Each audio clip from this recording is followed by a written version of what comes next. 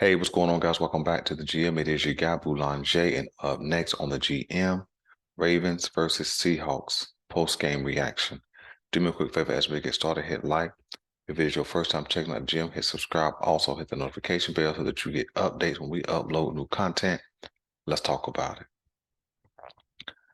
The Ravens stepped into this game on Sunday mission-minded and focused, and they showed that for the entire game.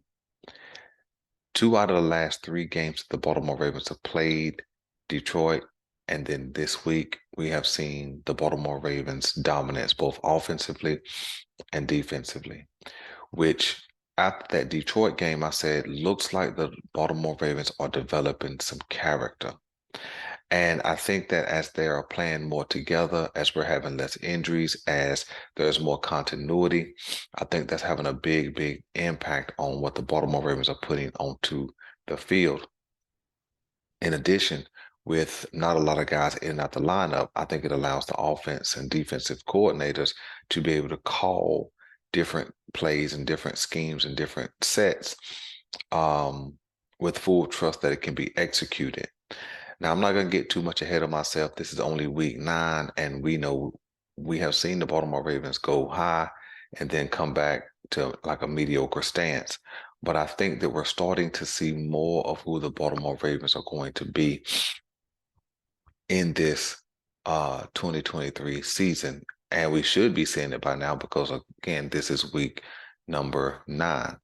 Let's talk about some specifics. Number one, I think that you saw the Baltimore Ravens offensively have a mindset, have a goal, and that goal was to be dominant in the run game. And they did just that. Lamar had 10 carries for over 60 yards. Again, I would like to see him more around 6 or 7, not 10, but it is what it is. Um, Gus Edwards had over 60 yards. What's that guy's name? Justice Hill had over, I think, 40 yards, something like that. And then no other than Keaton Mitchell, all a guy that we've been waiting to see, but we've been talking about his speed, we've been talking about his electricity, and we finally was able to see it when he was healthy on full display yesterday, going for 135 yards. The Baltimore Ravens played downhill yesterday. You could see them. Have a focus. Once that run game started going, they just were going downhill. There was no stopping that run game on yesterday. And then Keaton Mitchell, kind of provided all the explosiveness that we needed. And I think that if we just keep mixing him in, don't get super excited and give him 12 to 15 carries per game. No, just keep mixing him in. Keep giving him 7 to 8 carries a game. Keep throwing him the ball out of the backfield. I think he's going to be an added feature to this Baltimore Ravens offense that nobody really has a plan for, because now when we can spread the field with our wideouts and our tight ends, and then we can also have a guy like Gus who can power the ball, have a guy like Justice Hill who has some speed and power, and then have a guy like Keaton Mitchell who can be the most diverse of them all.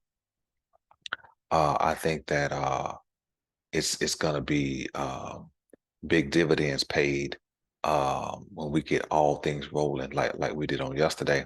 And in fact, speaking of Keith Mitchell, he showed some power on that 60-yard run. He ran through a couple of tackles on that 60-yard carry that he had on yesterday. So, man, I'm super excited, man, for what this Baltimore Ravens offense can continue to do. I thought the Lamar Jackson threw the ball excellent yesterday. I thought that Todd Monken called great calls yesterday, mixing in the run and the pass. And I think that he finally got to a place where whatever was working, which is one thing that I said in Keys to Victory, whatever was working, let it work, right? If the pass game is working, keep passing. If the run game is working, keep running. And that's what we saw yesterday.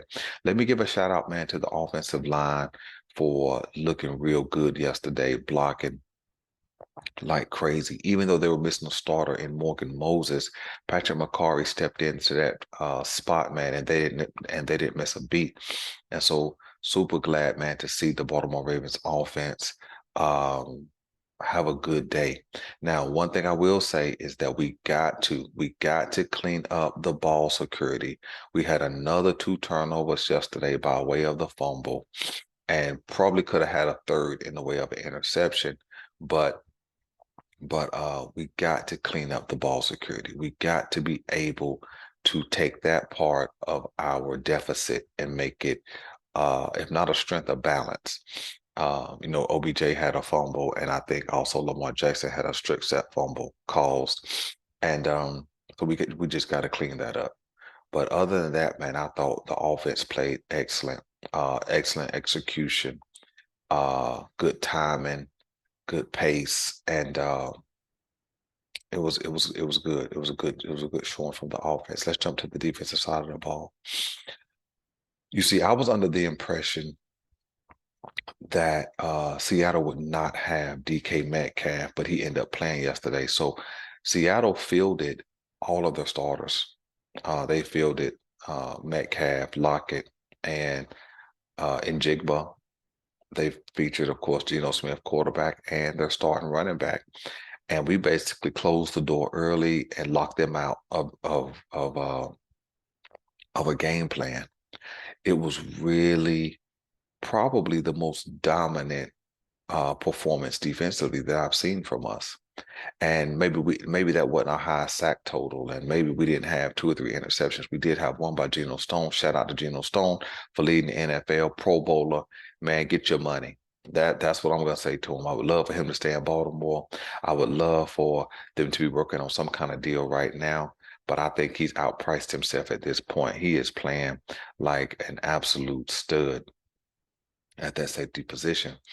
But back to the defense as a whole, man, we locked them out of their offense early and didn't let them even um, get going. Even when they got the strip sack fumble, we still didn't allow them to get a touchdown, and they were on our side of the field.